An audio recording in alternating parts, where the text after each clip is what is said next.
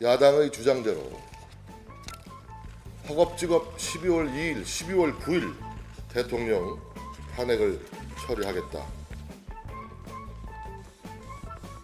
저는 이것을 답안지로 받아들일 수가 없습니다. 설명을 좀 드리겠습니다. 탄핵 절차가 진행된 이후엔 두 가지 시나리오가 있을 수 있습니다. 헌법재판소 판결이 2, 3개월 내에 내려질 수도 있고 또 1년 이상 길어질 수도 있다는 지적이 있습니다. 탄핵의 로드맵을 정교하게 설정하지 않고 무작정 대통령 탄핵을 의결하는 것, 이거는 저는 하책이라고 생각합니다.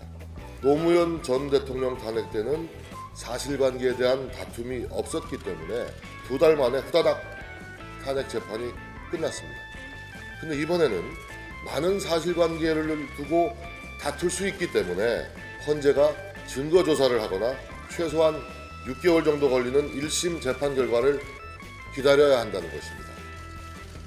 자, 이럴 경우에 헌법재판소의 최종 결과는 마냥 길어진다는 것을 상정해보면 대통령 임기가 끝날 때까지 안 나올 수도 있는 것입니다. 국회에 탄핵 소추안 의결로 대통령의 직무가 정지된 상태에서 황교안 대통령 권한 대행으로 대통령 임기를 다 채울 수 있는 그런 상황도 벌어질 수 있는 것입니다. 또 그 반대의 경우도 생각해 봐야 될 점이 있습니다. 12월 2일 또는 12월 9일에 국회에서 탄핵안이 의결되어서 헌법재판소가 2, 3개월 안에 빠르게 탄핵 결정을 내린다면 어떻게 되겠습니까? 헌재가 국회로부터 탄핵 소추서를 송달받고 나서 2달 후인 2월 중순경에 심판 결과가 나온다. 그러면 3, 4월에 대통령 선거를 치러야 되는 것입니다.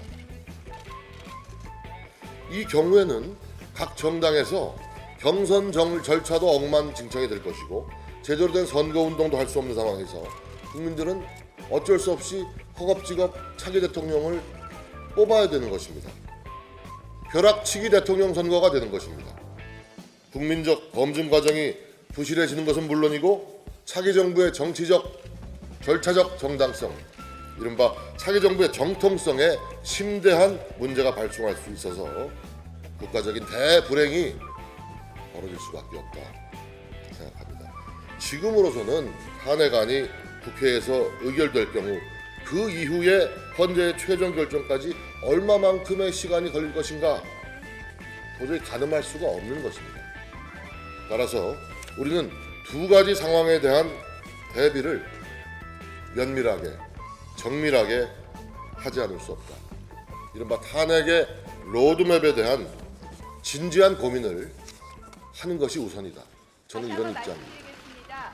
12월 2일, 9일 탄핵은 무조건 반대한다는 취지를 것을 전제로 해서 원내대표의 모든 탄핵에 관한 논의 권한을 위임하는 것에 대해서는 의미가 있습니다. 이 부분에 대해서는 의총에서 충분히 탄핵에 대한 논의를 하고 어차피 원내대표께서 이 부분에 대해서 협상을 하셔야 됩니다. 이 부분에 대해서 충분히 논의하고 결정해 주실 것을 부탁드립니다. 예.